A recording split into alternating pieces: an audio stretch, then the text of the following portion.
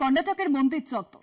পুণ্যার্থীরা যেখানে জড়ো হন ভগবান দর্শনে, সেই মন্দির চত্বরেই নাকি কবর দেওয়া হয়েছিল গাদা গাদা মহিলাকে। মন্দির কর্তৃপক্ষ আর প্রভাবশালী ব্যক্তিদের লালসার শিকার হয়েছিলেন নাকি ওই সব মহিলারা।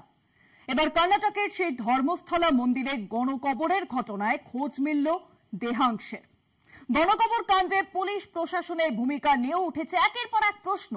ফরেনসিক পরীক্ষার পরেই জানা যাবে দেহাংশের প্রকৃত পরিচয়।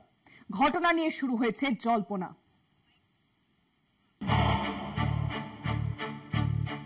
যৌন নির্যাতনের পর নির্বিচারে কবর দেওয়া হয়েছে বহু মহিলা ও নাবালিকাকে। গণকবর দেওয়ার জন্য বেছে নেওয়া হয়েছিল মন্দির চত্বর। এমনকি গণকবর দেওয়ার সময় ঘটনাস্থলে উপস্থিত ছিলেন পুলিশ আধিকারিকরা। কর্ণাটকের বেলথাংডিতে ধর্মস্থল মন্দির চত্বরে হারহিম করা ঘটনা সামনে আসতেই এমনই একাধিক অভিযোগ উঠে আসছে। মন্দিরের এক প্রাক্তন সাফাই কর্মী জয়ন্ত চাঞ্চল্যকর অভিযোগ করেন। তিনি জানান, 1998 থেকে 2024 সাল পর্যন্ত বহু মহিলা ও নাবালিকাকে যৌন নির্যাতনের পর ধর্মস্থল মন্দিরের চত্বরে তাকে কবর দিতে বাধ্য করা হয়।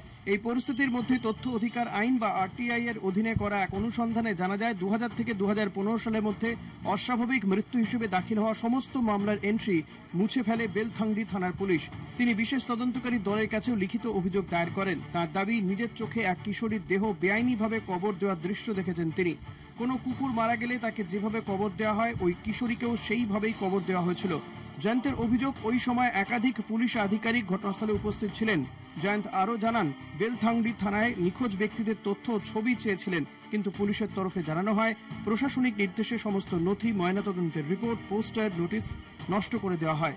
তিনি প্রশ্ন তুলেছেন, বর্তমানে ডিজিটাল যুগে প্রথমে ডিজিটাইজড না করে এই ধরনের গুরুত্বপূর্ণ তথ্য নষ্ট করা যায়? এর পেছনে কারা রয়েছে? কারা ঘটনা ধামাচাপা দিতে চাইছে?